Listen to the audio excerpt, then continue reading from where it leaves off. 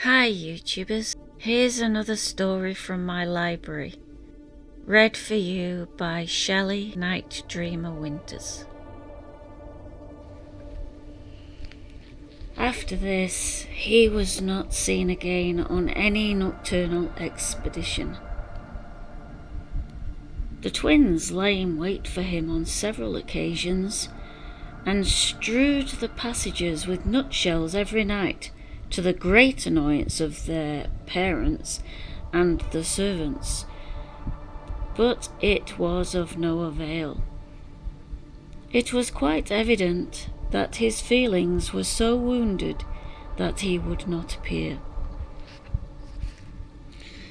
Mr. Otis consequently resumed his great work on the history of the Democratic Party, on which he had been engaged for some years.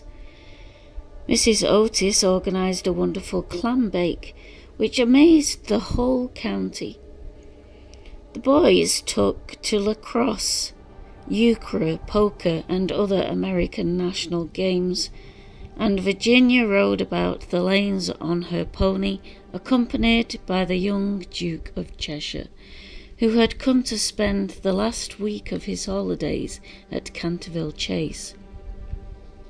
It was generally assumed that the ghost had gone away, and in fact Mr. Otis wrote a letter to that effect to Lord Canterville, who in reply expressed his great pleasure at the news, and sent his best congratulations to the minister's worthy wife.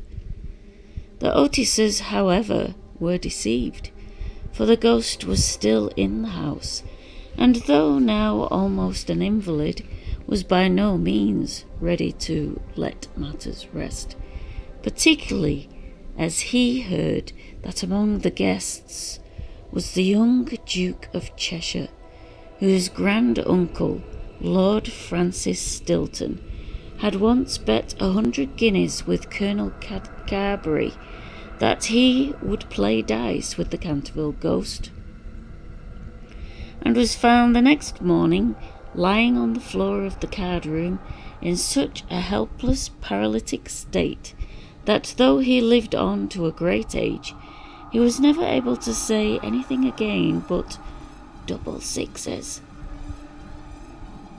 The story was well known at the time, though, of course, out of respect to the feelings of the two noble families, every attempt was made to hush it up, and a full account of all the circumstances connected with it will be found in the 3rd volume of Lord Tattle's Recollections of the Prince Regent and his Friends.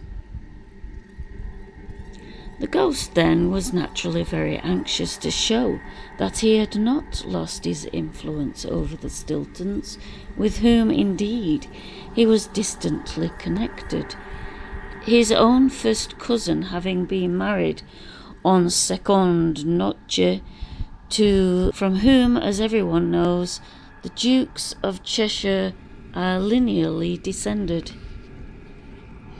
Accordingly, he made arrangements for appearing to Virginia's little lover in his celebrated impersonation of the vampire monk, or the bloodless Benedictine.